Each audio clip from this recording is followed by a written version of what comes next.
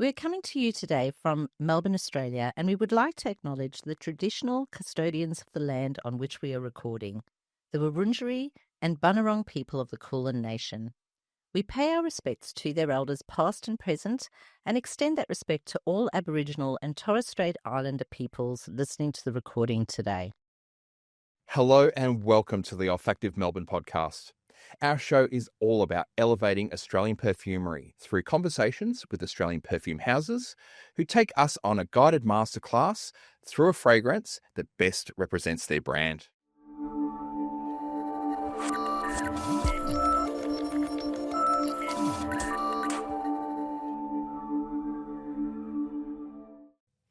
Hello and welcome to another episode of Olfactive Melbourne. I'm your co-host Trent Stokes. And I'm Robin Stokes. Tonight, we're really happy to have with us in the studio Hilary Schofield, who's the founder and perfumer at Liminus Perfumes. Hilary, welcome to the show. Thanks so much for having me here. It's going to be fun. Oh, we've been looking forward to it so much. So just to start off with, it would be fabulous if you could tell us a little bit about Liminus. So where are you based and how long have you been around? Sure. So Liminus is very much a Tasmanian perfume house. I grew up in Tassie, did the classic move away, come back. But yeah, all of my perfume making has been in Tasmania, and that's where Liminus is, pretty deeply rooted to place. And I've been, I suppose, in its complete form, Liminus has been around since, it was International Perfume Day, so March 21st, 2024, when my website went live. So not quite 2 years. Almost 2 years. Almost 2 years, yeah. Fabulous. And tell us, I've been really curious, what does the name stand for? What's the identity of Liminus? Yeah, it's a good question. I quite like the names of things. I'm interested in, Latin names of plants and interesting words. And I've always enjoyed the word liminal, that idea of subliminal or, liminality. It comes from a Roman root of transition and doorway. I have a background in botany and natural sciences, and those points of transition in ecology, the liminal places between saltwater and freshwater, or between the forest and the button grass plains, that's where you get a lot of biodiversity. They're highly complex, really interesting parts of the ecosystem. So I love that connection to kind of interesting things in ecology, and also that idea that perfume operates on the subliminal level, and also it connects to the fact that for me, starting this perfume brand was a huge moment of transition in my life, so a bit of a doorway to something completely different for me. Wow, that's a really interesting observation. For me, I didn't really actually understand that at all. Don't you think that's amazing? Yeah, it's a really multifaceted meaning, isn't it? I love that. The multi-layers of meaning there. So, Hilary, you've brought in a number of fragrances today, but we've got one that we've selected as our masterclass fragrance. So, which fragrance have you decided to take us on a guided tour of? Well, it was a pretty clear choice for me to choose Thamnic because partly because it's the one that I've had some pretty rave reviews about, including, I don't know if you've come across the writing of Susie Nightingale. She's a London-based fragrance journalist, so she said some lovely things about it. I've had people choose it as a wedding scent, which is a huge compliment. I've won a couple of sustainability awards for it, but probably the biggest reason is it's the most Tasmanian of all of my perfumes. It's really connected to my scent memories as a child of walking in Tassie rainforest, and the materials that are in it are also incredibly Tasmanian. So for all of those, again, multi-layered, all of those reasons, it was Thamnic as the choice. Fantastic. Well, we can't wait to get our nose on the fragrance. So what we'll do is we'll spray it out. As we always do on the show, we like to spray it onto blotters, but also onto our skin. The blotters allow us all to have the same experience of the fragrance. It is relatively, stable, I guess, on the blotters, but on the skin, sometimes we can have a slightly different experience of the fragrance. There's a few different reasons behind that. Sometimes it's to do with the temperature of your skin. Sometimes it's to do with the microbiome of your skin. There's a whole range of factors in which we can experience the fragrance slightly differently. Oh, wow. It's already coming through. Fantastic. All right. So what we're going to be going through in a moment is we're going to be experiencing our opening notes. But just before, Hilary, I'll get you to describe those opening notes. We are an educational podcast. I'll just explain what opening notes are. So if we think about a fragrance in the context of a perfume pyramid, and you'll have a pyramid popping up on your screen now, our opening notes sit at the very top of that pyramid. The notes inside of our opening notes are made up of the lightest and the most volatile of the fragrance molecules. And that just simply means that those notes will surface in the fragrance first, but they'll also dissipate the fastest and then make way for the heart notes to come. That allows us to get a real introduction to the fragrance, which we're about to do now. This show is proudly sponsored by Watchvault, Australia's premier destination for luxury and vintage timepieces. Every watch is trusted, verified, and ready for its next chapter. Visit watchvault.com.au to discover your next timeless investment. So let's have a little bit of a sniff, and then Hilary, if you can take us through the notes that we're experiencing. Sure. So if we sort of think big picture to start with, we're getting a green and a citrus opening. More specifically, we're getting through some of the petitgrain that I've used in the formula, and I suppose an overall impression of green, which when I list my notes, I talk about hue and pine, and you are getting that piney freshness. Absolutely. That's the first thing that punches through for me. And I find on my skin at about the 6-minute mark, strangely, I get a really strong, the lavender comes through for me, but different people I've noticed smell that at different points in the fragrance. Yeah. You're starting to get some of that herbal freshness coming through. Yeah, definitely a nice piney blast to start with. I am getting on my skin. I'm starting to get some of the lavender coming through. Not so much on the blotter yet. Exactly. But it needs the heat. it needs the heat to really sort of push it forward. But it sort of comes in waves. It does. And whilst we're going through the really traditional pyramid structure, I mean, I'm already getting some of those sort of spicy middle notes are starting to come through for me as well quite quickly. But yeah, primarily those citrus and fresh green top notes. Absolutely. Now, it's a good call out there.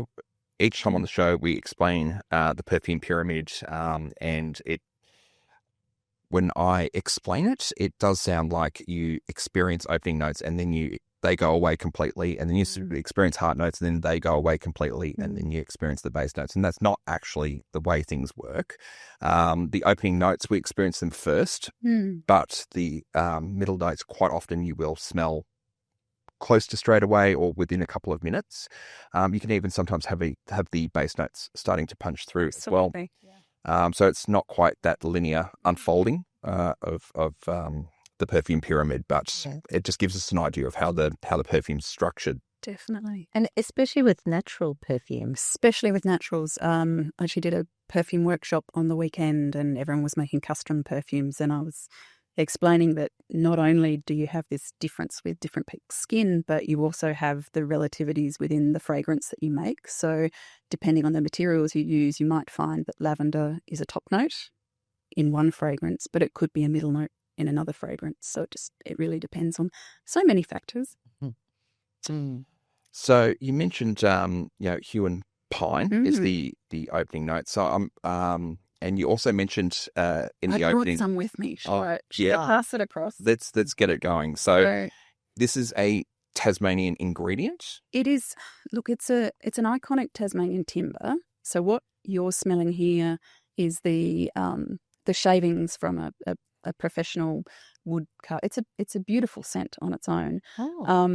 But then my memories that I'm trying to communicate in this fragrance are hue and pine in the temperate rainforest. So not the dry sawn timber, but the living plant. So obviously that's an artistic creation.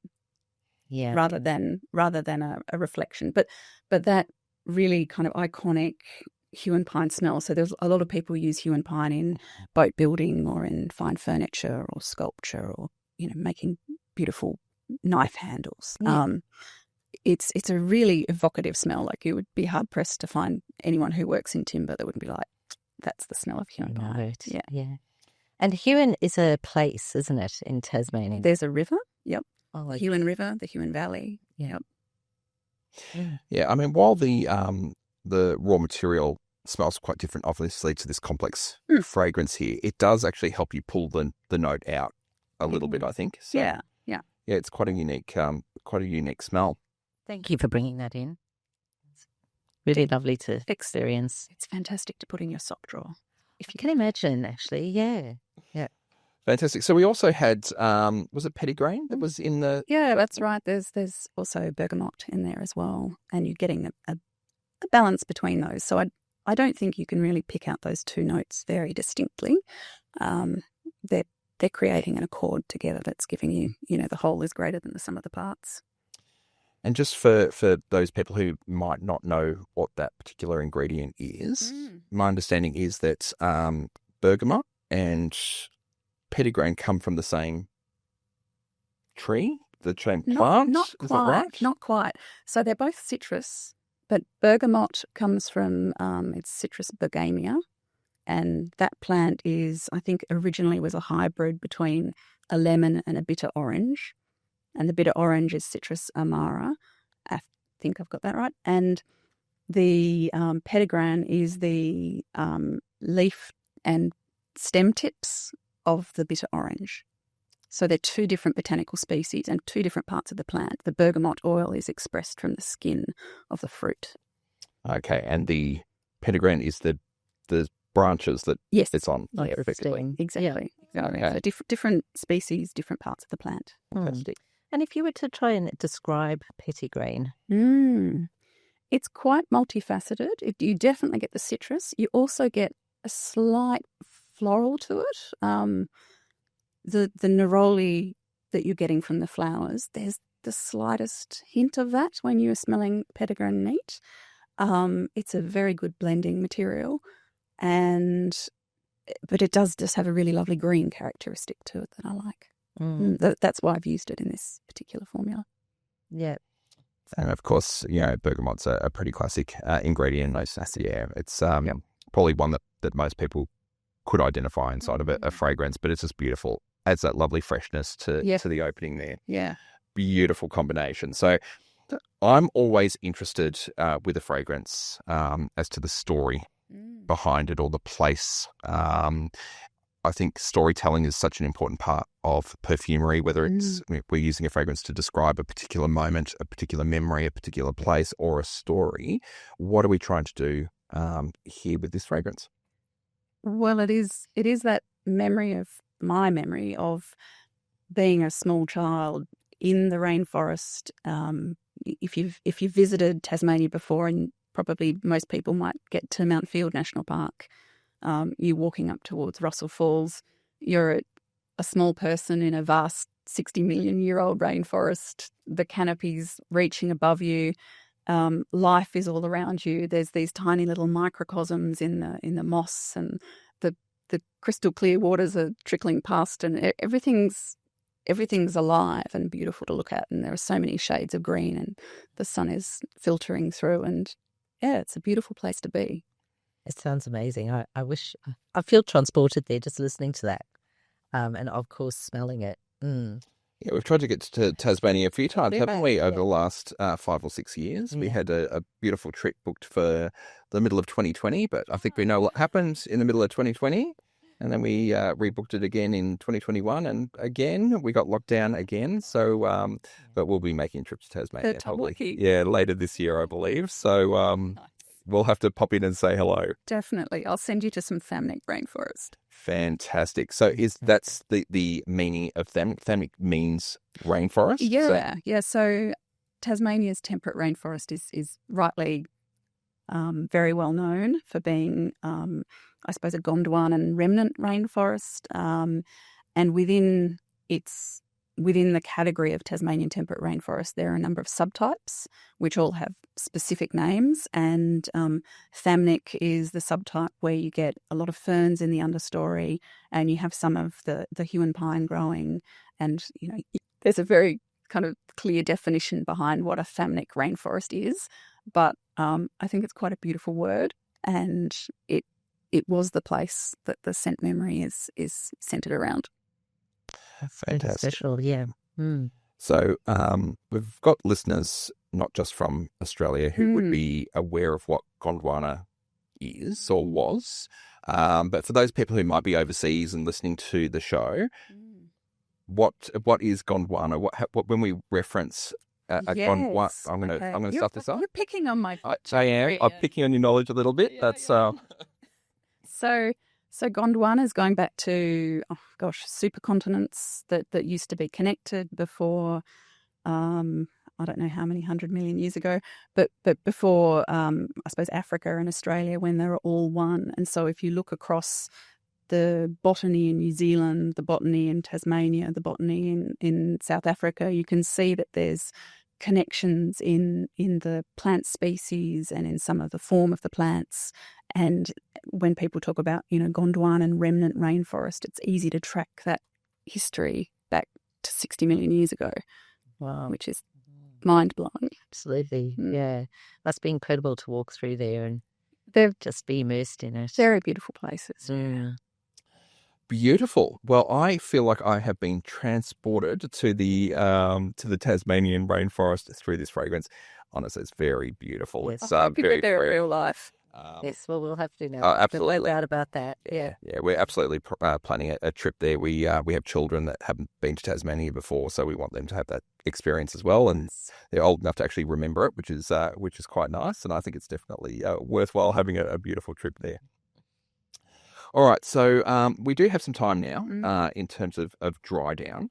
So we're going to let our opening notes start to dissipate and make way for those heart notes. And it gives us a bit of time to dive into you. And we're quite interested to find out about your background. So I guess my first question for you is, where did the love of perfume start?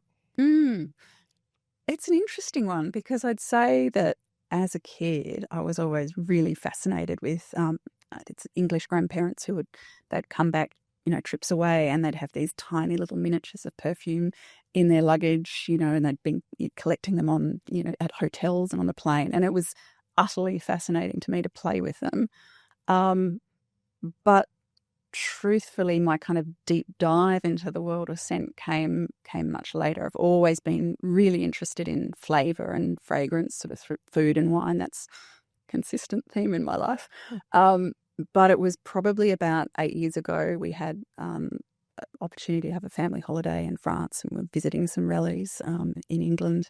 But the time we spent in France, I bought some artisan perfume, which until then I didn't really know that there was perfume made outside the major perfume houses. I'd been buying the odd bottle of perfume in duty free, but had never really become obsessed with it. And I bought back as I wore the artisan perfume, like during the holiday, it did something to the scent memory of that holiday. It etched it in my mind permanently. And then when I came back to Australia, I've never had such vivid holiday memories of just being in that, beautiful, warm French countryside and having the river flowing past. And it was amazing. And I thought, how nice is it that you can kind of have the best souvenir ever, a scented souvenir that then concretes these memories in place. And I just thought how nice it would be for somebody to have that experience in Tasmania, and what could I buy that was Tasmanian? And I looked around and I couldn't really find anything that was similar. And that was the point when my curious brain just started to go, and how do you make perfume anyway? And, that was a long time ago, and eventually I figured it out.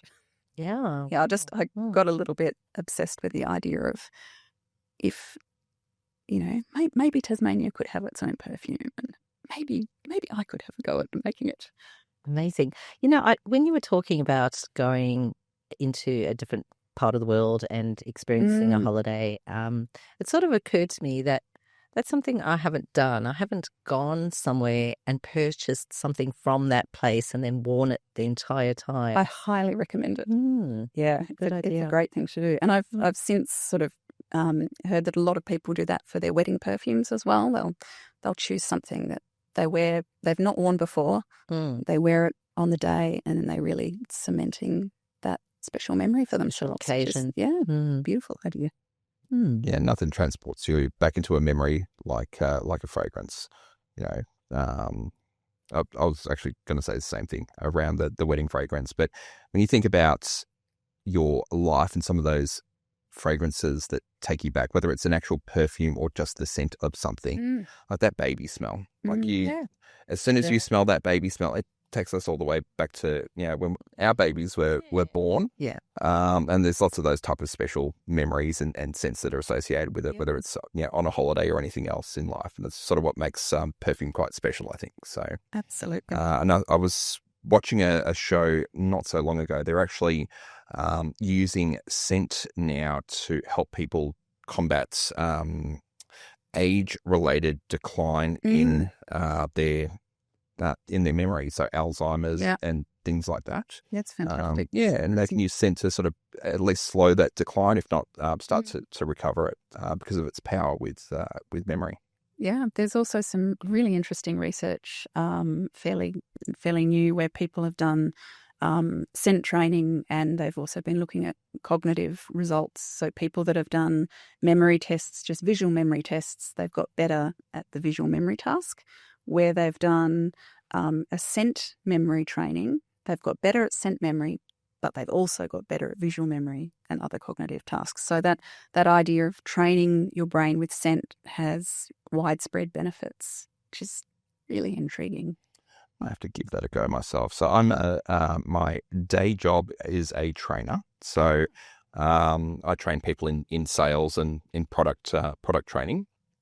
And what I've never tried to do before is, I do have a lot of fragrances, trying to wear a fragrance for a particular set of training and then seeing whether next time I walk in the room with the same fragrance, whether their recall is any better. But I might give it a go. Yeah, I know there's a couple of actors that they'll either commission a new scent and then use that to get into character. Helena Bonham Carter, she does that for, I think, each new role that she's in. If there are any actors out there, I'd love to make you a scent. Fantastic. Get onto it for sure. This is something that I do unconsciously at work. So if I am going to present in front of a lot of people, or I need to make a pitch to senior management and I'm feeling a little bit nervous, I will wear a fragrance that gives me a certain level of confidence. So do I. Yeah. Something. There you go. This is my grounding fragrance. I find it very centering.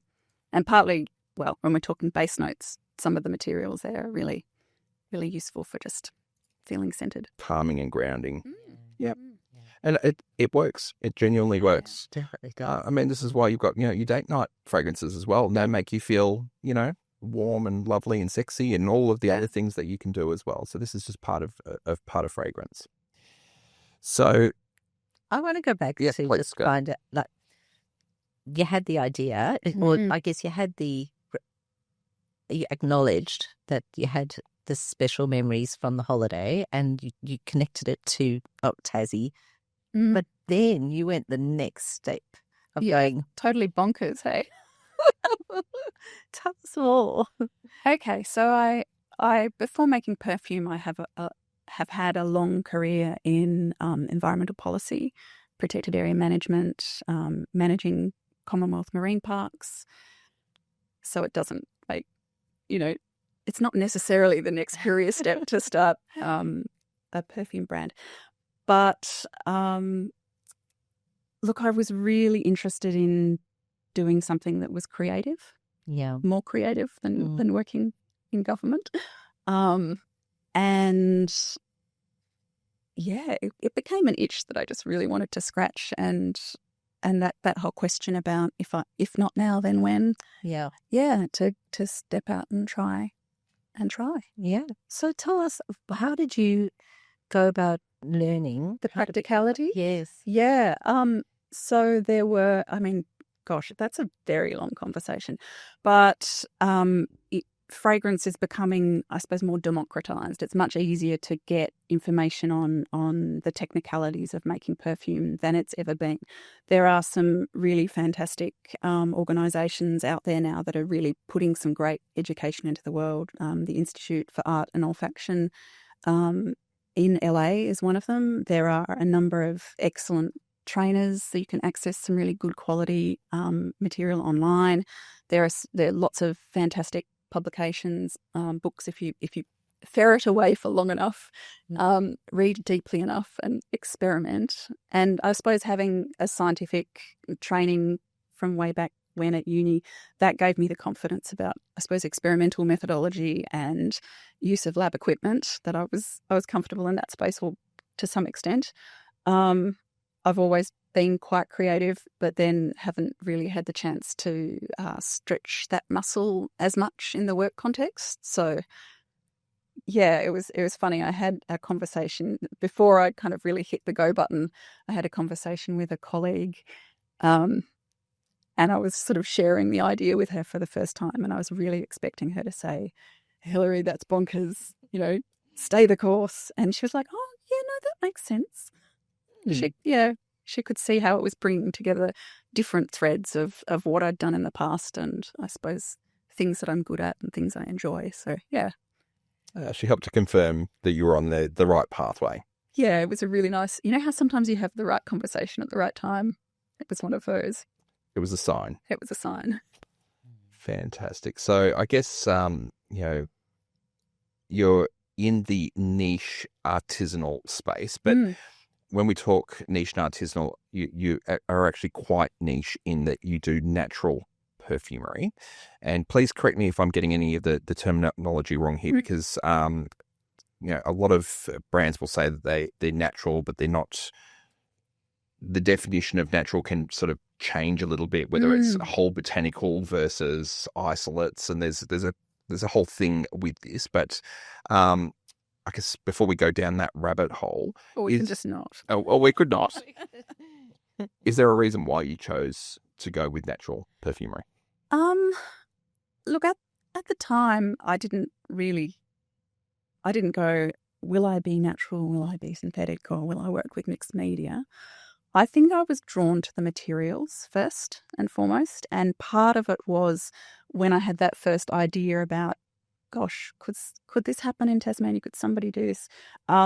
It was part of that learning was understanding that we actually have quite a decent sized essential oil industry in Tasmania, and that we produce a lot of very beautiful products that are raw materials for perfumery in Tasmania, and they are all naturals. And so I think that was probably the starting point.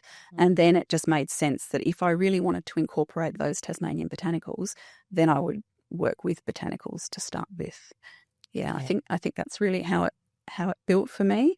And I think there is something particularly beautiful about working purely with naturals. And I wouldn't rule out working with synthetics at some point if there was a particular thing that I was seeking to achieve, because working with naturals also limits the types of perfumes that you can make. It's very, I suppose, connected to the early heritage and history of perfume making.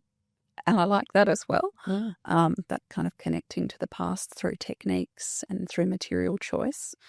There are some really interesting biotech natural materials that are becoming more accessible. Some of them are really sustainable. They're picking up on waste streams of other products. So that's something that I will explore over time, because I'm always looking for I suppose the more sustainable option where I can find it. Yeah. It's really interesting. We learned about upcycled rose and things like that. Yep. Yeah. There's some of those very precious materials. Upcycling the waste. Well, hopefully it's not a waste product if you can do something with it. Yeah, just a different scent, I guess. Yeah, different facets. Yeah. What's a biotech? Is that what's a biotech? Natural? Yeah. So look, and I'm not really the person to explain it, because I'm not using any at the moment. But I understand that there are some fermentation products that are giving so natural fermentation to give you an aroma molecule that you could use as a perfume material. So it's come from a natural feedstock, and then through a fermentation process, you're getting an isolate. Right. Well, that sounds quite sustainable in terms of okay, and that would be one of the reasons why you would use it, use a product like that. Yep. Fantastic. Yep. All right. So you're not, I guess, necessarily pigeonholing yourself into only naturals. It's just this is where you're at with your expression of what you're trying to communicate. Yeah, look, and oh gosh, I never like to put myself in a corner. Like everything I make at the moment is and sell is 100% natural, and it is right down the kind of purest end of naturals, whole ingredients, and some of the things are wild harvested or I've tinctured them myself. But I did do an art collaboration last year, and because I was trying to achieve some really specific effects, I used, and they were non-wearable scents that were for an art exhibition. It was like not perfume at all, but playing with scent in a different way for a different purpose. I used some aroma chemicals then, and I suppose it's a little bit like it's nice to wear cotton or linen, but I'll wear a Gore-Tex jacket if I'm out in the rain. You use different materials for different purposes. Ah, there you go. Now, Makes sense. you have you sort of just there was a bit of a throwaway line at the opening here, but you've won some awards. This particular fragrance has recently won an award. What award did you win? Well, I think you might be talking about the Asian Perfume Foundation. I was a finalist. I didn't win, but I was really honoured to be in the finals of the Asia Perfume Foundation Emerging Perfume Award. That was pretty special. A lovely stage to be on, and sharing that with perfumers from around Asia and the Pacific. And we also, all the finalists had their perfumes featured at Cosmotech. Anyway, in Singapore, one of the big industry forums. So, yeah, that was a nice moment.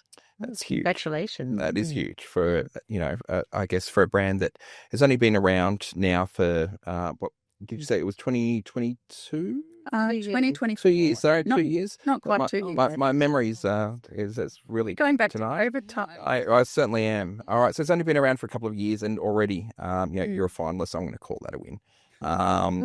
So congratulations, and I can see why, because it is absolutely beautifully formulated fragrance. It's absolutely lovely. All right, so I guess we've had probably about 15 minutes, I would guess, although I'm not actually watching the time. I'm just sort of guessing here. I've been smelling as we've gone along, and I can tell that the fragrance is really starting to develop here. So I think we're almost ready to visit our heart notes. Yep, sure, let's do it. So let's just focus back on the perfume pyramid just for a moment. And the heart notes form the center of the perfume pyramid. They are normally where the true character and the essence of the perfume really come into their own. And heart notes do tend to come out after those top notes have started to fade away.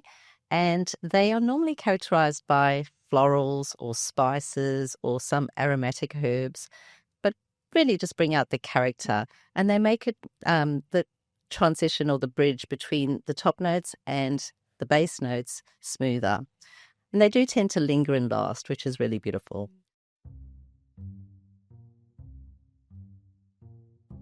This edition of Olfactive Melbourne is proudly sponsored by Silver Australia. Silver Australia design and shape their jewellery in their studio in Melbourne, and they're pleased to offer Olfactive Melbourne customers 20% off when you use the code MASA20.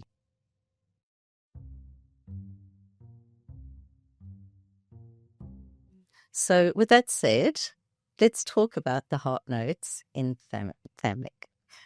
I'm really curious to know what you're both smelling on your skin at this point. So you mentioned when we were discussing the opening notes that, a few minutes in that you're starting to get the lavender. This has really developed a lot more for me now, and the lavender is really becoming a lot more dominant. Yeah, getting with herbal. Yeah, I definitely get that beautiful, like herbal, like the lavender. There might be something else, but I can't pick it out. A lot. Yeah, I can't pick it out, but it's I could maybe even say that I can smell a bit of sandalwood. Yes, yeah, I definitely get the sandalwood already starting to come through. On my skin, the nutmeg is quite strong. I get quite a lot of spice coming through. There's a tiny bit of cardamom in here, but it doesn't really come through as a distinct note in its own right. It's more the whole. And I suppose for me, the middle is about the undergrowth of the rainforest. You're starting to get that kind of really woody complexity. It's moved slightly from that freshness of the opening into something that's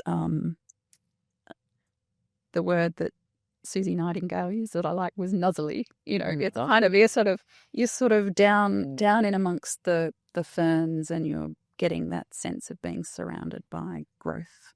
Yeah, so mossy. Yeah. Yeah, like you've gone deeper into the forest. Yeah, that's the sort of definitely deeper in the forest. Yeah. It's really interesting because even though we're talking about like the moss and the undergrowth, it's also very clean smelling. Yeah.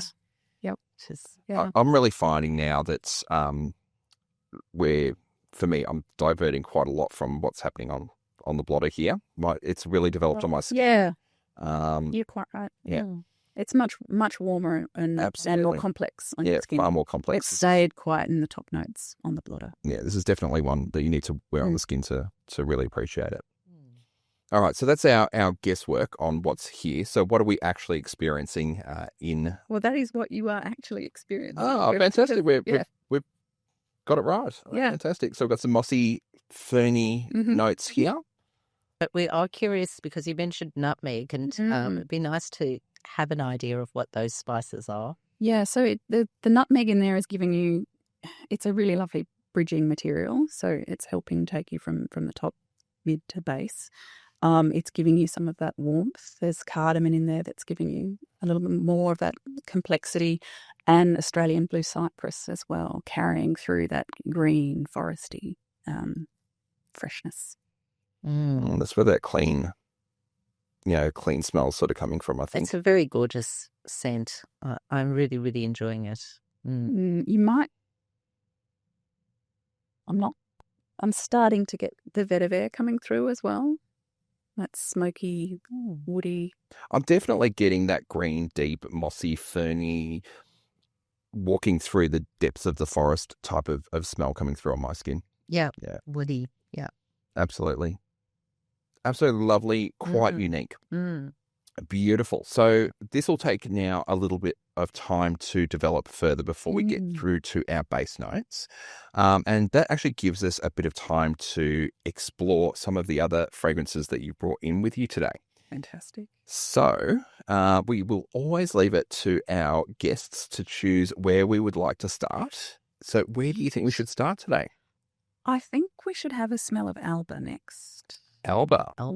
Okay. Fantastic. All right. So Robin will grab Alba, and I'd like to actually spray Alba on some spare skin that I've got on my other hand here. Now, usually we only stick to the blotters when we explore the broader range, but I've been very keen to get my nose on Alba, so we're going to do both today. While Robin's doing that, the name Alba, where does that come from? Well, I think you figured out that my names always have stories. Absolutely. So Alba is named after Coria alba, which is one of the materials that I've used. Thanks, Robin. One of the materials I've used in the formulation. So that is a plant that grows along the shores of the Derwent River, very close to where I live.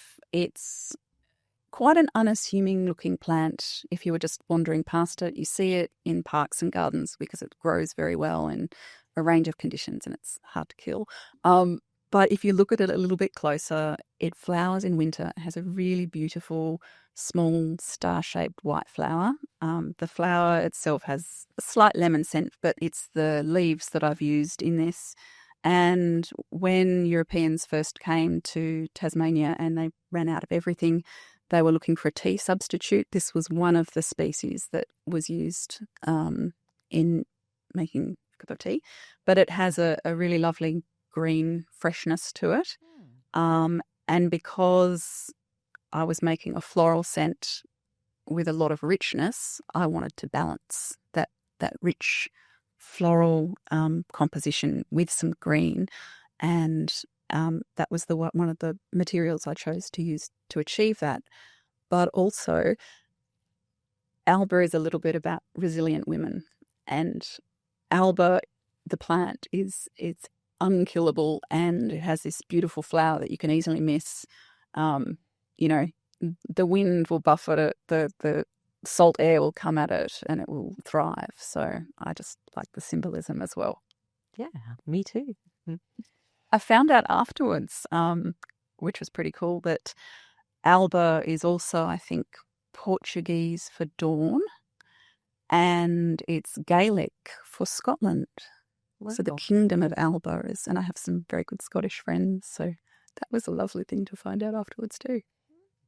Also a pretty unkillable people, aren't they? The Scots? Very resilient. Very resilient. Very resilient. I think you need to be in that part of the world. So this is a floral fragrance. So I guess what was the driver behind wanting to create a floral fragrance? When I was first diving into the world of scent and thinking about, perhaps could I learn how to make perfume, one of the early things I read was it's the hardest thing to make with naturals is a floral perfume. Okay. So I thought I'd better have a bit of do that. Sounds like a challenge. Yeah, that's right. I was up for a challenge. But also, that's one reason. Also, we produce Baronia in Tasmania, and the Baronia Absolute, a lot of that is exported to fine fragrance houses in France. Dior, Chanel will be using some Tasmanian Baronia.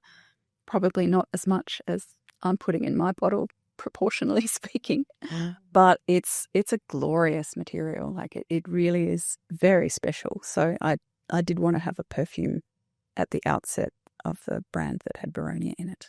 Fantastic. Another beautiful Tasmanian ingredient. So I guess we don't, when we get to this section of the show and we start experiencing other fragrances within the range, we don't have the opportunity to go all the way through the dry down. So for the sake of the listener and the viewer, what will we be experiencing in the opening, the heart and the base of this? Sure. Opening of this is bergamot is quite prominent. So you're getting a citrus freshness.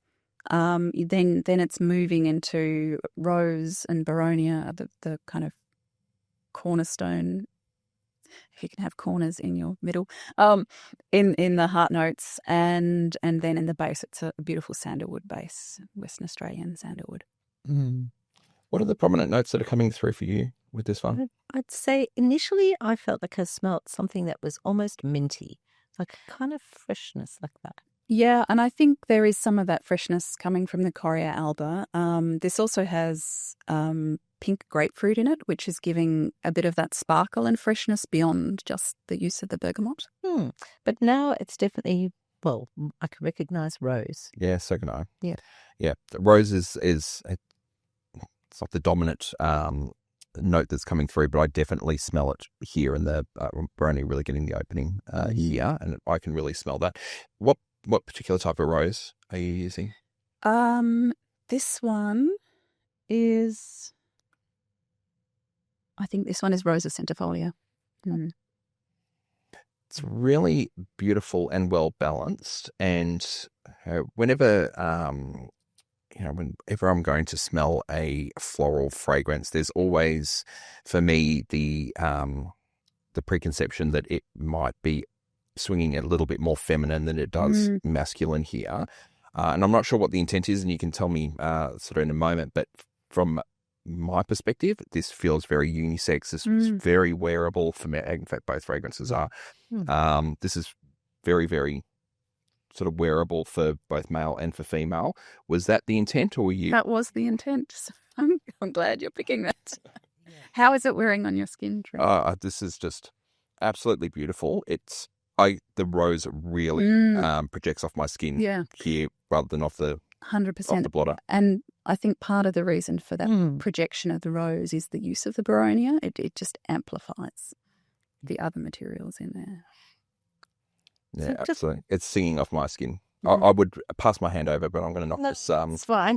Knock this over. I can't wait for you to smell the neat Baronia, because it's a cool material. Fantastic. I say why wait? Let's smell the neat Baronia. Let's do it, because I am actually very curious. Well, I haven't. I can't recall smelling it neat. No. I may have before, but I think if you'd smelt it before, you would remember. okay. Ah. Let's see. Let's see if I've got a scent memory of this somewhere. Because the last time I actually went to Tasmania, I'm ashamed to admit it, but the last time I went there, I was like 3. It's been a long time. So if I've got a 3-year-old scent memory of Baronia, I'll be amazed. You may have smelt Baronia in a bunch, like a picked Baronia. And some flowers, when you've got the material, it's very different to the fresh bloom. Baronia is, to my nose, quite true to the. I think you're 100% right there, Hilary. If I had smelt that neat before, I definitely would remember it. That is quite unique. It's stunning, isn't it? I just don't want to. It's very wild, doesn't it? There's something quite herbal and. You can see why it's in demand for perfumery, quite broadly. I've got my own one. Fantastic. It's quite it's got a fruitiness to it as well as the floralcy. It's very complex. So this Baronia, so you mentioned that perfume houses, French perfume houses use this. This has actually been in use in perfumery for quite a long time. So if you go back to some of the how do I refer to the older fragrances, the more classic fragrances from the early part of the last century, that you would find Baronia in some of those fragrances as well? Yeah, look, I'm not an expert of when it was first extracted, but it has been in production in Tasmania for quite some time. Yeah, and there's been I suppose, some study into optimising its production through the University of Tasmania. It's originally a Western Australian species, but it's in commercial production in Tasmania. So you mentioned that there's quite a lot of raw perfume materials that are grown in Tasmania. What is it about Tasmania that is, such a good spot for growing Baronia and lavender and these types of materials that are so in demand within the perfume industry? That's a really good question. You probably need to ask an agronomist. Look, I suppose there's a lot of farming expertise. There's some beautiful land that's highly productive. There's a long history of the expertise needed to grow. There's a lot of innovation. Early on in sort of, I think, probably the 1950s maybe, people were experimenting with different strains of peppermint. So the peppermint that's grown in Tasmania is a very particular cultivar of peppermint. And it's very highly regarded for its scent profile. Likewise with lavender. I think it's like a lot of Tasmanian raw materials, they're very high quality. And that's probably the reason.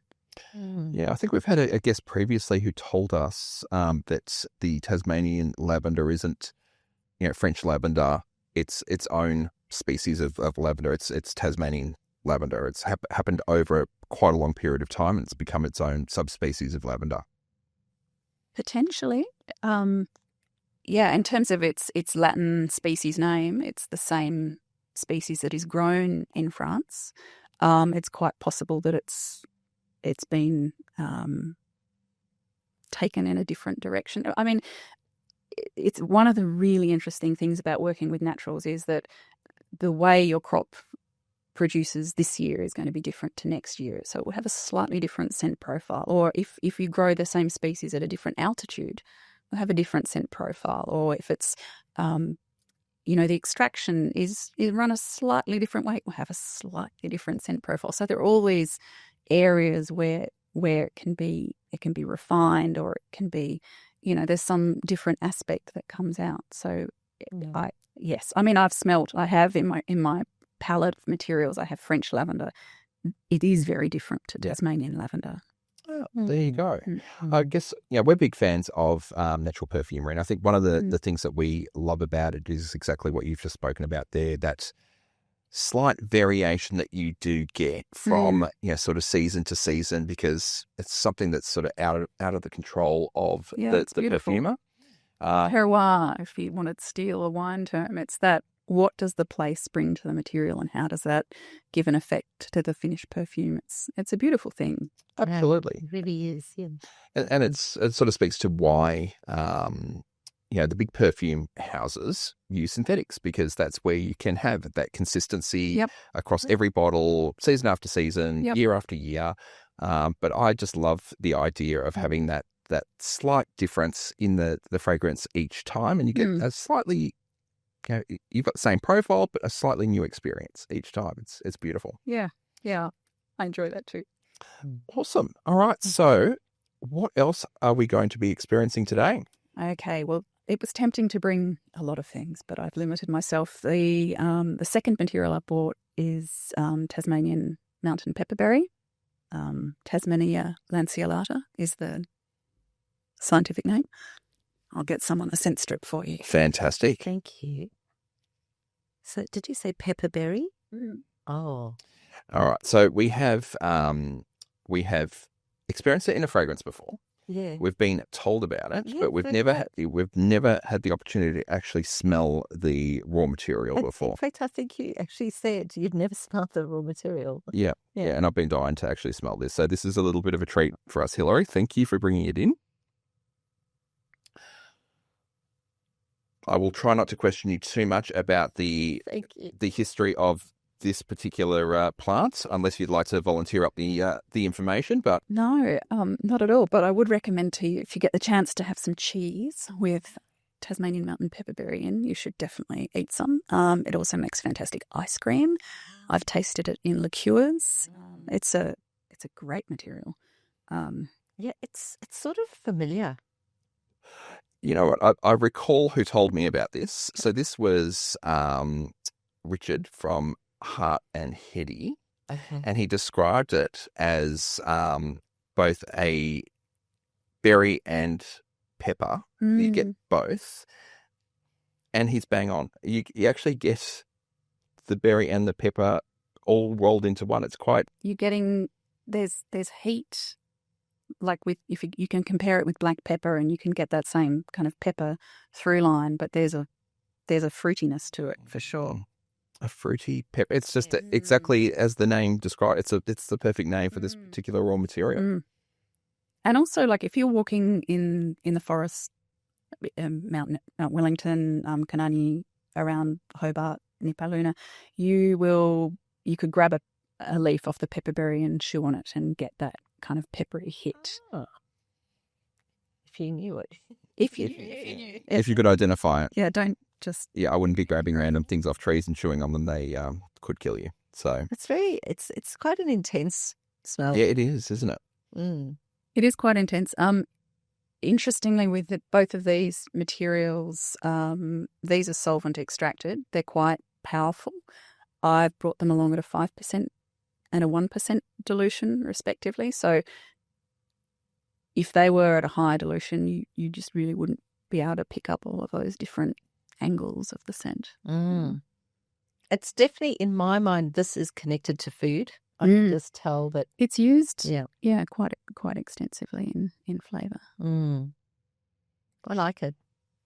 So, which fragrances have you used this material? This is Inthamnic. So you don't smell it as an individual note because it's part of a whole composition, but it is giving you some of that that spicy aliveness in the middle notes. And this is a Tasmanian ingredient as well, so it's Tasmanian pepperberry. Correct. So another unique Tasmanian. It's a Tasmanian species, and this one I believe is wild harvested and rather than farmed and then processed in Tasmania. So with Luminous, do you think it'll always be a theme for you to hero Tasmanian ingredients in each one of your scents? Is that going to be a core theme of yours all the way through? Yes. Yeah. That's the mission, is to hero Tasmanian ingredients. There are so many good ones. There are. Yeah. You've got a fairly big palette to sort of play with there. That's right. Beautiful. Wow, what a pleasure to actually get to smell this. I've been dying to do this ever since we spoke to Richard. Oh, lovely. Fantastic. We're having an absolute smell experience. We don't often get the chance to smell the raw ingredients on the show. Usually, we sort of stick to the fragrances and the broader range. And for us, because this is an educational based, podcast, it is great for us to be able to pull those raw ingredients out, have a smell, try our best to describe what we're smelling to the viewer, because it makes it much easier to identify those notes within the fragrance. And if you can identify the notes within the fragrance, you can appreciate it even more than you already said. I also think it's a really pleasurable thing to do, like smelling all of these component parts and smelling the materials. It's a lovely experience. Absolutely. And I think we're both as far away from being a perfumer as it's possible to be, but it just helps us to better understand how you sort of work backwards from the raw material to how you actually blend and match and complement those notes to bring together your opening, your heart and the base, and why you bring certain things together. And it's a little bit deconstructing the process, I think, to smell some of the individual parts. Absolutely. Who knows? One day we might start, having a little play. We have actually we've done a number of perfume classes before and tried our very best to build a beautiful fragrance. We haven't achieved it, yet. We're getting close. They're wearable. Yeah. But yeah, we're certainly no. And sometimes it's overwhelming because there's so many things that you're smelling at the same time that it can become a little bit of maybe too much. Whereas when you just have a couple and you're connecting it to the fragrance, it's another experience. It's a different experience. Yeah, absolutely. I mean, if you get the chance to do a perfumery course and build your own perfume, it really is. It's a beautiful just thing to do. It's a great experience. It's just one of those things that you should try, but it is awfully difficult to not want to put everything in because you go, oh, that's beautiful and that's beautiful and that's beautiful and that's beautiful. I want to pour it all in and hopefully what comes out is beautiful. You've just described what I was doing last weekend. So I've run a few of these workshops now, and I've realised that the very best way to start is by I've got quite a clear process that I take people through to get a really good result at the end. But everyone wants to fight against the process and put in more and extra, and they'll smell what their neighbour is making, and they're like, "Oh, that smells incredible," and I want some of that in mine. And you don't want to make the perfume equivalent of brown by just adding too many things that are all beautiful in their own right. They might not work together, or they might compete with each other. But yeah, it's such a fun thing to do. Absolutely. Less is more, I think, a lot of the time with perfume. Although, having said that, we have actually smelt some really beautiful fragrances that have had, I don't know, over 50 different notes in them. But I think you have to be a very skilled perfumer to get the balance of that right, because they're not just pouring lots and lots of that stuff in. It's just... They're probably working on it for 6 months. It's not something you do in a day at a workshop. No. Get that. Absolutely not. Fantastic. All right. So have we got anything else that we would like to smell before we move on to our base notes? Well, I'll leave this with you for timing. I do have one more raw material, which is actually one of the base notes in Famnex. So I thought that could be quite that would be great. Fun to experience. And then I did also bring along my the 2 oil-based perfumes that I have out at the moment. I have a 4 Seasons range, which is, I hadn't initially planned to make any oil-based perfumes, but I had some friends who convinced me that that's what they would like to wear and I should. And that became quite popular. So now I have an oil-based perfume range as well. Cool. Beautiful. Well, we would like to smell it all. We actually don't have a time restriction on this show. We can explore as much as we like. So maybe let's start with our raw material and then we'll move on to our broader range. Perfect. So this is tonka bean. Oh. Have you smelt raw tonka bean on the show or at all? I don't recall. I was tempted just to hand it over and have you guess. I should have done that, because you will smell some very familiar scent profiles in there. I'd guess though. I would probably not. It's familiar, but I don't think I would have said it was tonka bean. There's I feel like it's do you smell almost marzipan? yes. That's the word I was looking for. Like, Yeah. Yeah, you're right. It's definitely got that marzipan. There's a little type marzipan, smell. a little bit of vanilla, a bit of caramel. It's a lovely, rich scent. Yeah, I think I often get confused. When I read the word tonka bean, I confuse it with vanilla. That I am Connected expecting with- to smell Yeah. vanilla and tonka bean, but this is actually I'm getting a bit of vanilla, but it's not vanilla. It's quite different. Yeah. It's absolutely lovely, that It isn't is, isn't it? Yeah. And we've got Thank you. we've also got tonka bean in Damnic, don't we? Yeah. And it does give the base a beautiful rounded warmth. It's the tonka bean with the vetiver and the sandalwood. It's lovely. Fantastic. All right. Well, we'll explore that a little bit deeper once we get to our base notes. Fantastic. Thank you for bringing these raw materials in. Yeah. It is an absolute pleasure for us, and it helps us broaden our education. Yeah, it's such a treat. Thank All right. you. So now we're going to be looking at the 4 seasons range that you've got. We've got a couple here. We have 2 here today, so Cool. I'll try it. Yeah, great. So Robin will grab them. We'll Summer. Yes. all right. Let's start with some. That sort of makes sense. So Hilary, Now, the only thing with an oil-based perfume is that you won't get much projection off a scent strip. So if you have a spare patch of skin, that will be. I'll find something.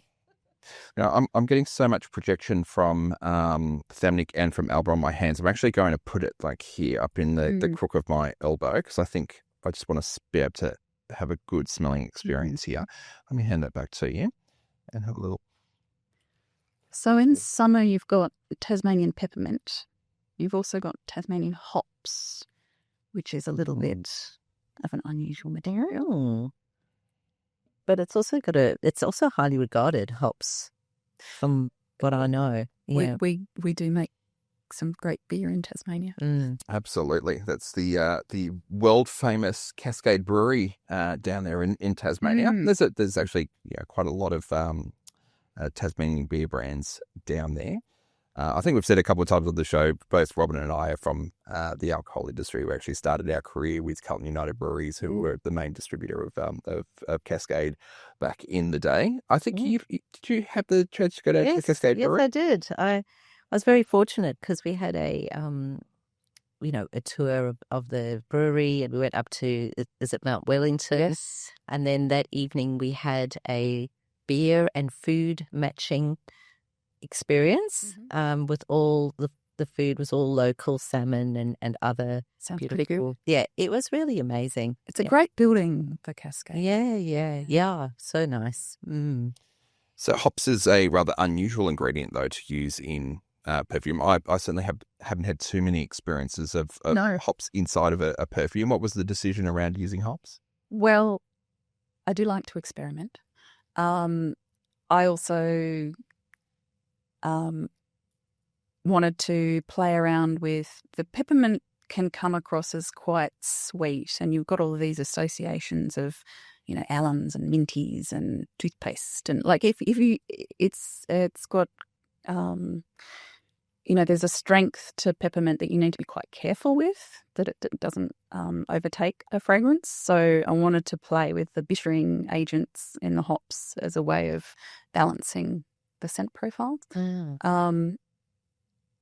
And yeah, I was quite happy with how it turned out. Yeah. Yeah, it's a lovely balanced fragrance. You certainly don't get that. It smells like a luxury spa experience. That's what I'm getting.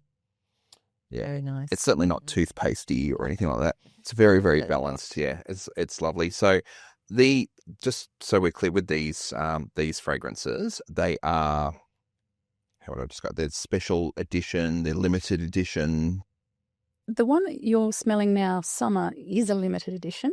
So I think I've made 9 limited editions, and the idea I had was it would be great to make a fragrance that was about that season, and I would release it at the beginning of the season, and I would finish making it at the end of the season, and just really capture a moment in time and something that's very ephemeral. And that was really interesting to me, and profiling different Tasmanian materials as I was going. I've just made the decision to bring the line into my permanent collection, because I was finding that at the end of the season, people still wanted to buy it, and I'd stopped making it. And it seemed like it made sense to these really popular scents that I should make them a permanent offering. I think that is a great idea. Absolutely. I think quite often when you have fragrances that are, seasonally orientated, people want to wear them outside of that particular season. So especially if it's, a dreary winter day, I'd love to be reminded of summer and that it's not too far away. I mean, you're from Tasmania, we're from Melbourne. We've 4 seasons in one day, as it being. Yeah. And, quite often winter feels like it goes on forever. And it comes and it goes. Oh, it does. Yeah. Absolutely. And sometimes you just want to pick yourself up with a nice fragrance. You don't want that heavy, dense fragrance all the time. And you don't have to do that all the way through winter. And this is a great one to wear in the middle of winter to remind yourself it's not too far away. That's right. You can make it. Little glimmer of sunshine in your pocket. It's a fun thing to do. Yeah, absolutely. And I mean, if people are asking for it, I mean, you're on a winner, right? Yeah, that's right. It took me a while to come around, but Well, it's a great way to trial out a fragrance and see whether people are receptive to it. And, you release it as a limited edition. If people want to keep buying it, you've got a way to sort of range it on a permanent basis. Yeah. And the nice thing was putting hops in a fragrance is quite a risk. That's not a necessarily an attractive note to everyone. So that was a really nice thing to try in a limited edition. Yeah. Yep, absolutely. I remember when we used to try hops, we'd have to smell it when we were doing training on beer, and it's got, it can be quite funky. Oh, yeah. And all the different varieties have quite different profiles to their scents. So it was, I chose an Ella variety of hops from the Derwent Valley because it already has some floral characteristics. So, it marries quite nicely. Yes, I can smell the florals coming out now. Yeah, you can imagine the sheer variety of hops that are out there, just from the sheer variety of beers that are on the market. It's been, 25 years, I reckon. A long time. 25 years since I've done my education in beer, but I seem to recall that hops was relative to cannabis. Is that right? Yeah. Yeah. I keep pressing you with botanical questions here, Hilary. And I am not an expert. Yeah. But it might just explain why it has that sort of funky sort of a smell to it. So, and while it might not sound like an attractive ingredient, it is a beautiful smelling ingredient prepared, here in the opening. It's lovely. Yeah. Yeah. Fantastic. So what are the other notes that we would experience here in summer? Well, you are quite right in terms of picking up some of the floral aspects. There's also sort of a bit of rose geranium coming through, geranium bourbon, and Buddha wood in the base, which is a beautiful woody material. Again, another Australian botanical. Yeah, fresh. It really does. It feels like summer, this one. It's pretty. I can see why you wanted to sort of set that as a seasonal fragrance and release it then, because it really does speak to summer. It's totally evolved as well. So initially it was very, to me, more aromatic, and now it's more floral. All right, so you've brought in one other fragrance from this collection. So this is this is the permanent summer. This is the endless summer that we have now.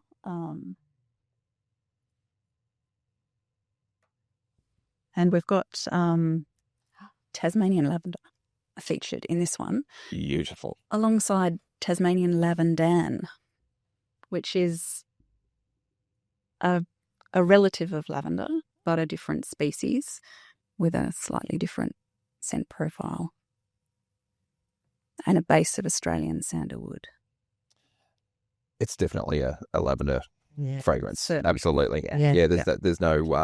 There's no mystery there with the lavender. It just grabs you straight away. It is gorgeous. I'm a big lavender fan. I absolutely love lavender. And I've paired it with black pepper in this, which I think is a really nice, sort of brings out some of the hot aspects of lavender, if that makes sense. Yeah, I think it does. Does that make sense to you? The hot aspects of lavender? I'm trying to. Think about lavender on a sunny day. Think about, you've kind of got the heat of the land sitting behind it. Yeah. Okay. Yeah, that's where I was Yeah. going. This does, I think it's a really good description. It reminds me of lavender on a hot summer day. Bees are buzzing around, grabbing the lavender. Yeah, it's got that smell. It's not the only thing that is coming through here. And this is, an incredibly well blended fragrance. But you said this is an endless summer fragrance. What do you mean by that? Well, this one I will keep making. At the end of summer, this one will stay in my collection. Okay, so this is permanently ranged. That's you can right. get it all year round. Right. We're fantastic. Showcasing the Tasmanian. I'm not down to my last 8 bottles like I am for the other. So this will make up a part of the core range. And so how many fragrances in total will we then have in our core range moving forward? Well, by the end of this year, we'll have Alba and Thamnic, and then we'll have summer, autumn, winter, spring. Right. So quite an expansion to the permanent core range moving forward. Yeah, that's Fantastic. Oh, beautiful. Fantastic. Well, can you take us through the rest of the notes that we have in our endless summer fragrance? Well, look, it is, I think in the oil base, you really are getting the different facets of lavender and lavendan kind of playing off against each other. The more gentle kind of floral herbaceous lavender, which is bolstered by the slightly more camphor, it's a stronger scent profile coming from the lavendan. And then the black pepper in the middle is giving it that sort of spice. And then there's some benzoin in there, which is rounding out and providing a bit of softness through into the sandalwood base. And the inspiration behind this fragrance is probably the first time I visited a raw material, somebody that was actually growing perfume materials in Tasmania. There's a really small producer not that far from where I live, and they grow lavendan, and it's a not a big facility. They grow it, they harvest it, they distill it themselves, and I was able to go along, very lucky to help them for a day during their harvest. Cool. And yeah, after that was about 2 years ago, and the idea then has sort of been simmering away. I really want to feature what they're doing in a scent. So what's the difference between lavender and lavendan? They're different species. They smell different. They produce chemically different essential oils. Do they look the same? No, they don't. So lavendan, the flower is more in a spike shape, a pyramid shape, and often the branching structure of the leaves and stem, you sometimes get 3 flowers off a single branch, whereas lavender is 1 stem, 1 flower, and a blunt top on the lavender. Okay. I think we'll superimpose a picture of lavendan on the screen for our viewers. If you're listening, you're going to have to Google that one or tune into the video version of this show. Fantastic. Yeah, because I really haven't had any experience with lavendan. In fact, we probably just think of it all as lavender. Lavender, yeah, it just sounds... You could easily have walked past it Yeah. in someone's front yard and you looked at it and thought it was lavender because it's the same colour. It's a beautiful hazy purple. If you crush the leaves or crush the flowers, you get that classic lavender scent. A lot of times it's a cheaper material than lavender. So a lot of products that are soaps that are sold as lavender soaps may not have any lavender in them. They may not have any lavendan in them either. They might be completely synthetic aroma chemicals. But it is used as a I suppose it's the amount of oil it produces per volume of harvested raw material is higher than with lavender. Yeah, it's interesting. Now, I've just had another smell of my hand here with Thamnic, and it has evolved yet again. And I think we are definitely approaching our base notes, or they're starting to punch through. So let's move on to our base notes. And just before we do, I'm just going to explain base notes as we do on the show. So again, we've got our perfume pyramid appearing on the screen, and you'll notice that our base notes are right at the very bottom of the perfume pyramid, forming the foundation of the fragrance. When we think about our base notes, they're almost the opposite of our opening notes. So where our opening notes are quite light, they're quite volatile, they dissipate quite quickly. Our base notes are quite heavy, they stick to our skin, they last for a long period of time. They're sitting there at the base, they form the foundation of the fragrance in which everything else is built. They hang around on our skin for a long period of time. So that's often what we're left with. Although, as we mentioned right at the opening of the show here, it doesn't quite unfold quite that simply. Our heart notes are not going to completely disappear. They're going to hang around, but they're going to sort of fall into the background a little bit more as those base notes become a little bit more prominent. So with all of that described, what are we experiencing here in our base? Sure.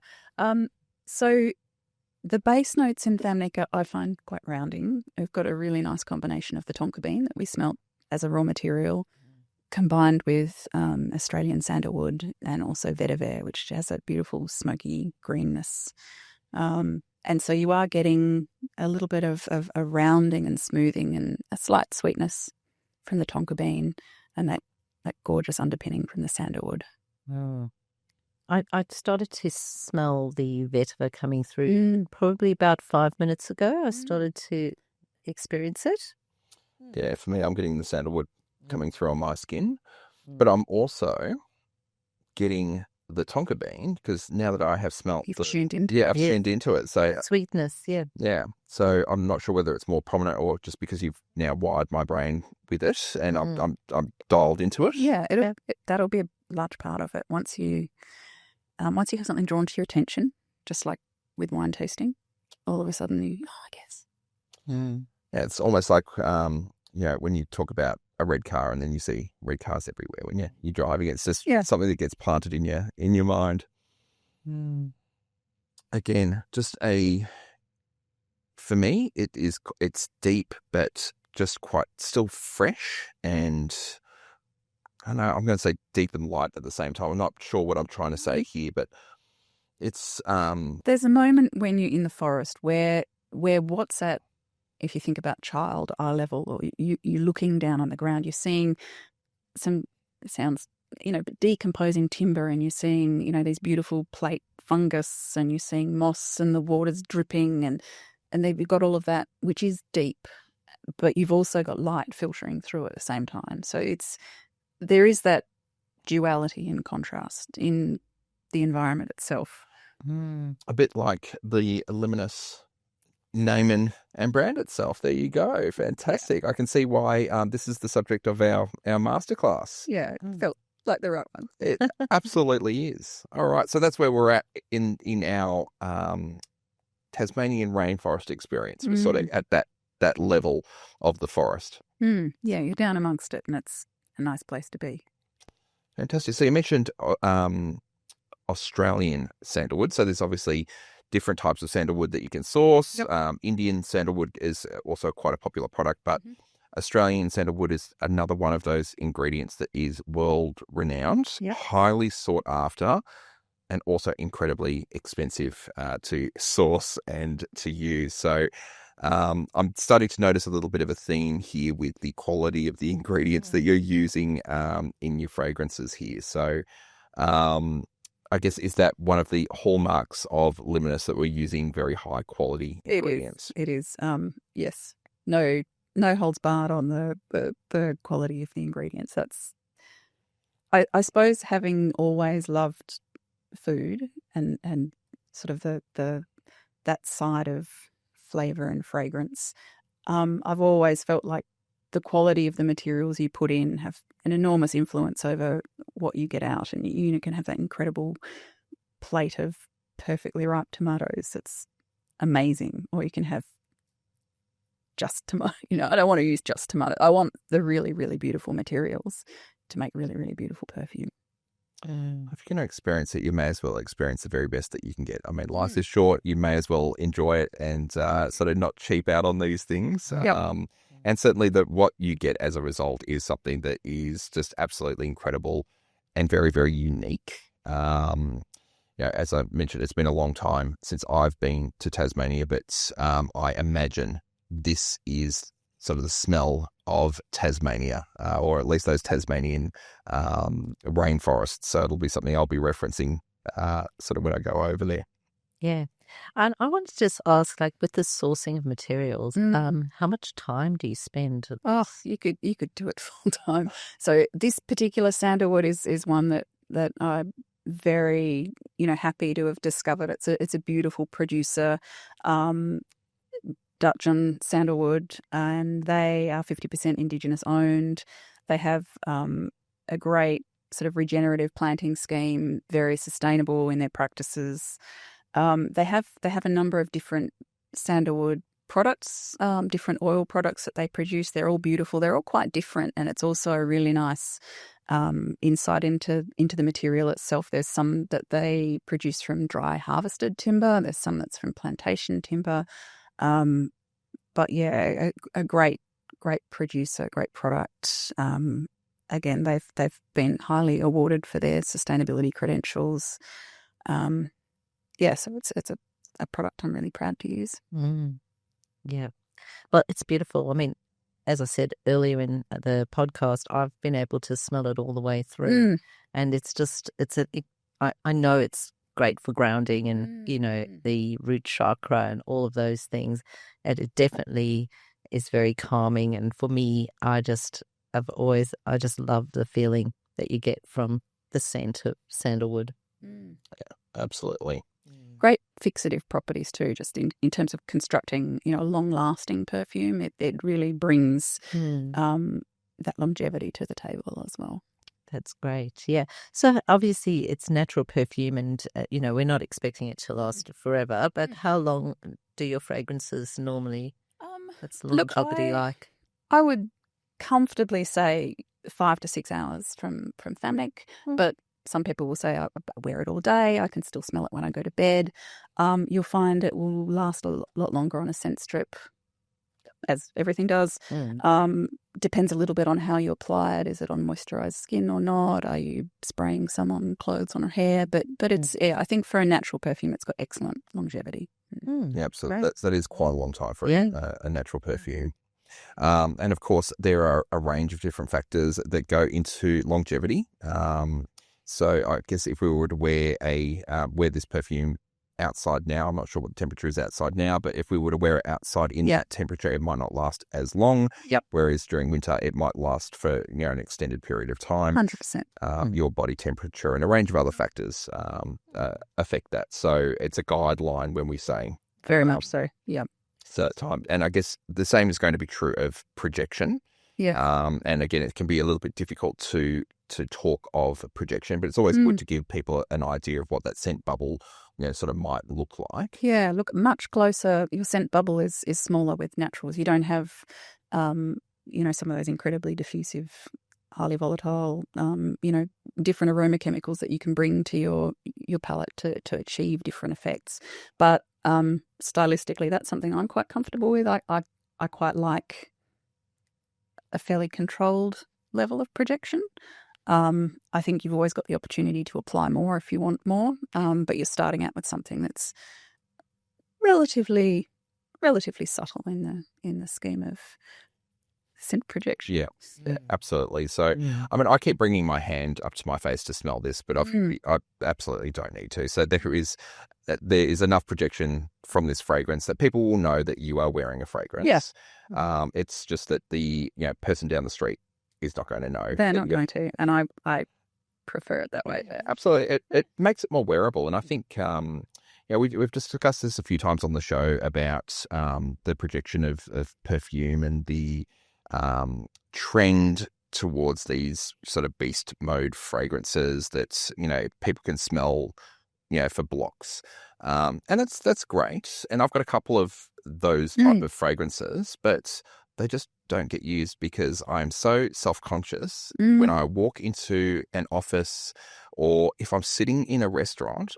I don't want people to be offended by my smell and that's all that they can smell.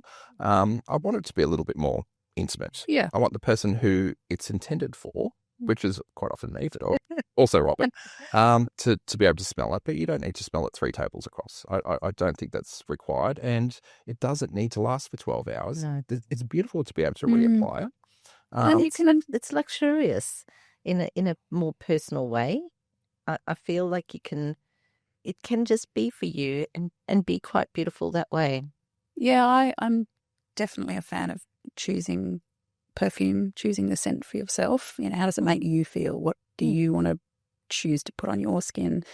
That it's about you first and foremost. Other people will enjoy it too, probably, but pleasing yourself is a nice thing. Yeah. Absolutely. We were actually talking about this topic in the car on the way in. And I guess we've got a pretty substantial perfume collection, as I'm sure you probably do too, as a perfume fan. I'd love to have a look.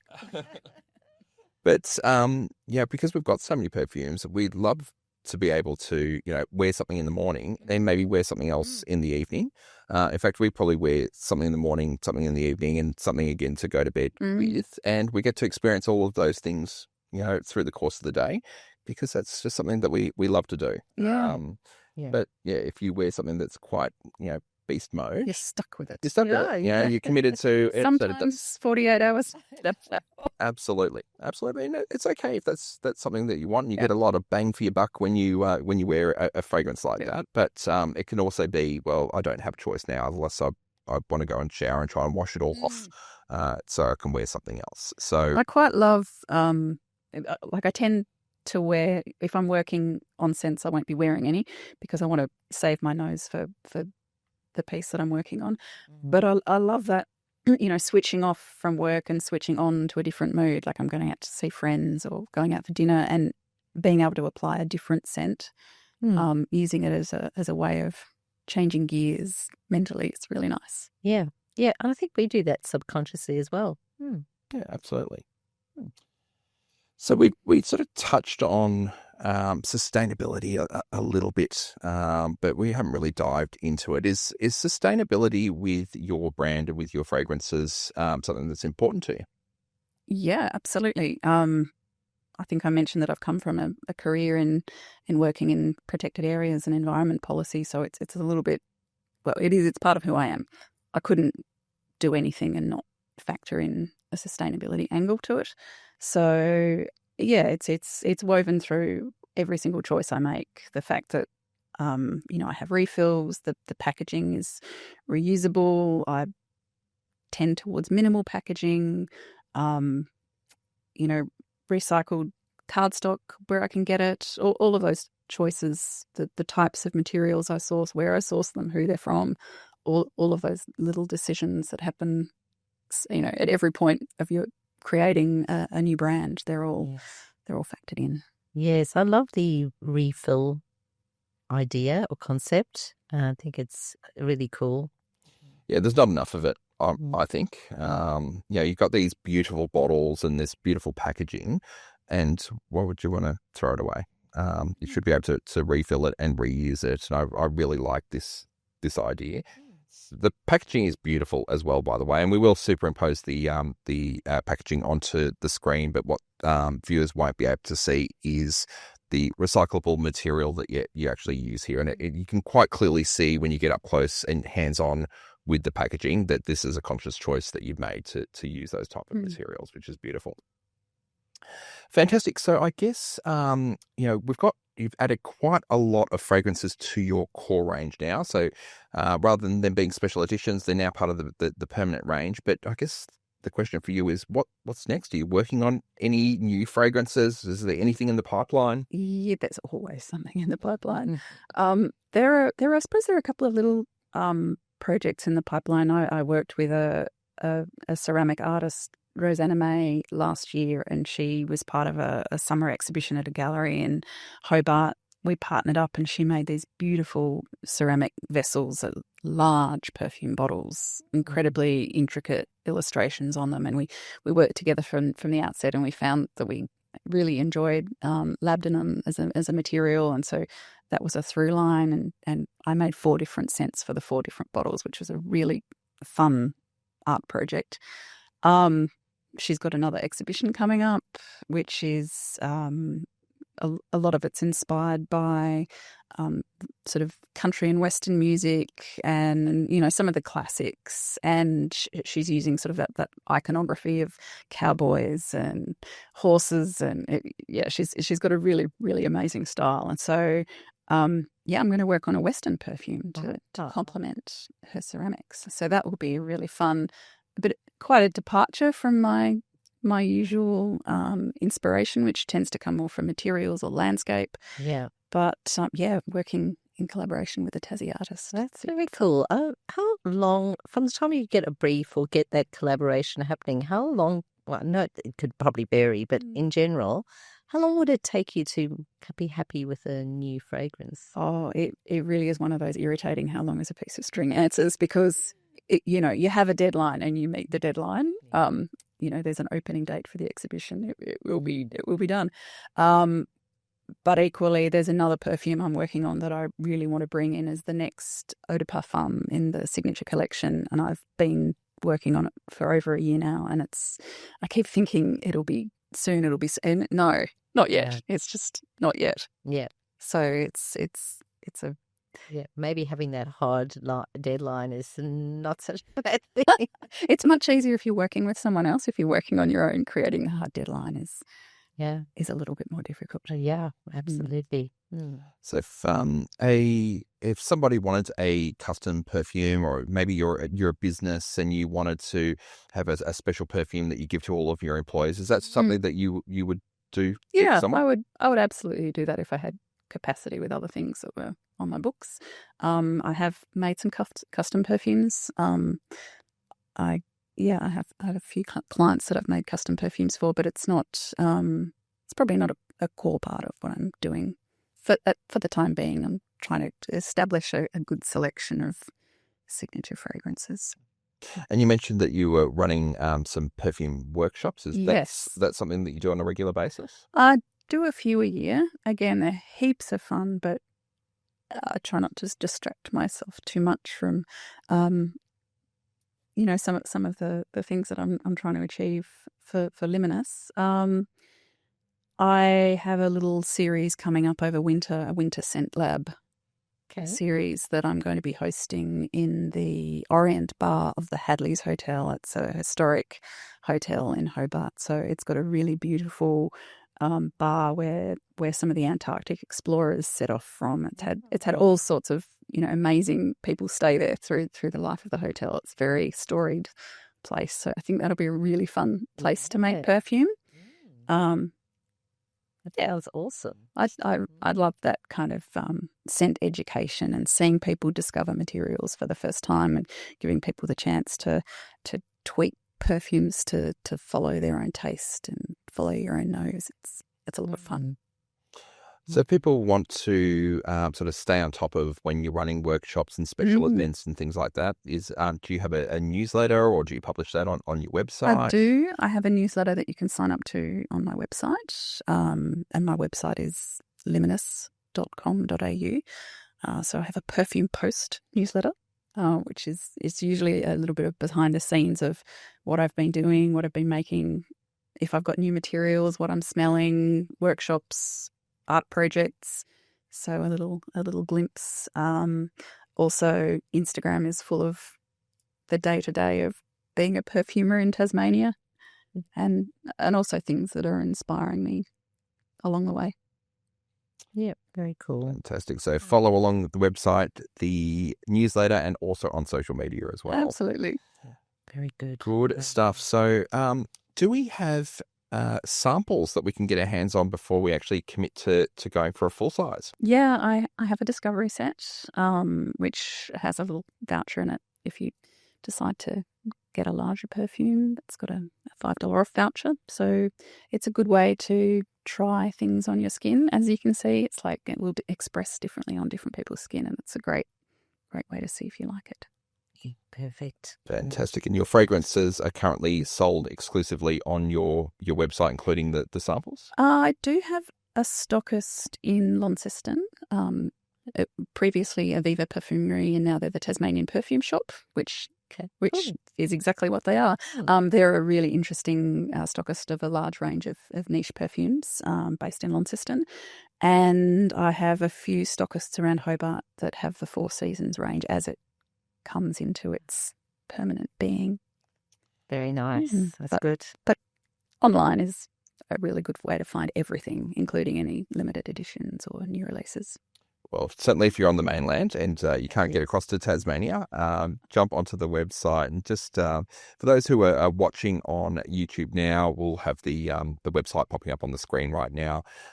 If you are listening via Apple Podcasts or via Spotify, please don't pull over to the side of the road to write down the website. We'll have it embedded in the description so you can visit it later. We'll also have a profile on Hilary and on Luminous on our website, which is olfactive.com.au, and we'll have a link back to the website and to the socials on there as well. So we've got plenty of ways to find Luminous for our audience. Yeah. So, Hilary, I'd just like to say thank you so much. I've had an amazing time. Thank you for bringing in the beautiful fragrances, but also the incredible raw materials. It's been an absolute treat to experience them with you and to go through the journey. The story of Thamnik has been just amazing. Oh, thank you, Rob. And thank you, Trent. It's always fun to talk about perfume. I could do it for hours. And it's really lovely to have had the conversation with you. Thank you. Thank you so much. I've really learnt a lot as well, and I'm sure our audience has as well. This is definitely a brand that you should put onto your radar. Definitely get a sample and get your nose on Luminous because it's absolutely brilliant and very, very unique. So thank you to our listeners once again. We hope you've enjoyed this episode. If you have, we would love to hear from you. So drop us a comment and please subscribe. Otherwise, we'll see you next time for another episode of Olfactive Melbourne podcast. Thank you. Bye-bye.